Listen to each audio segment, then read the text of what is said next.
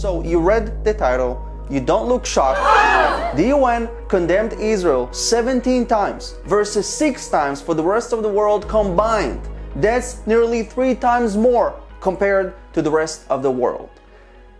You still don't look shocked? Well, neither am I. It is no surprise that the UN has been weaponized against Israel by some of the world's ruthless dictators and human rights violators. Instead of serving justice, the UN serves interests. So, well, I want to hop on the trend and condemn Israel too.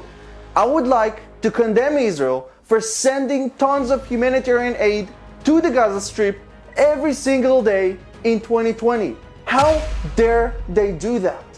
I would like to condemn the Iron Dome for intercepting 93% of the rockets fired by terrorists at Israeli civilians.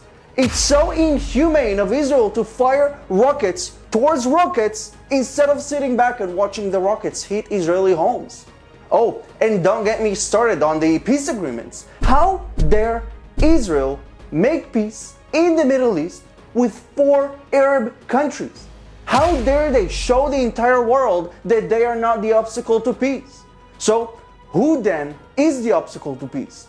The Palestinians? No way! Israel struck 50 terror targets in Syria in 2020. It's outrageous that when terrorists plot to attack Israel, Israel strikes first and follows Iranian, Syrian, and Lebanese attempts to destroy Israel. Where is the compassion for terrorists? Why does Israel stop those that seek Israel's destruction? Condemned!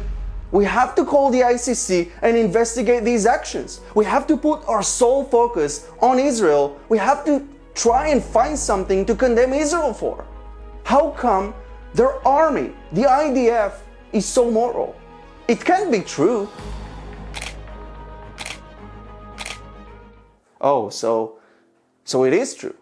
Guys, what you just watched is showing us how ridiculous the international community is when it comes to treating Israel. Instead of focusing on human rights violations by countries like Pakistan, North Korea, Iran, Syria, and more, they put their entire focus on Israel, trying so hard to find something to condemn Israel for.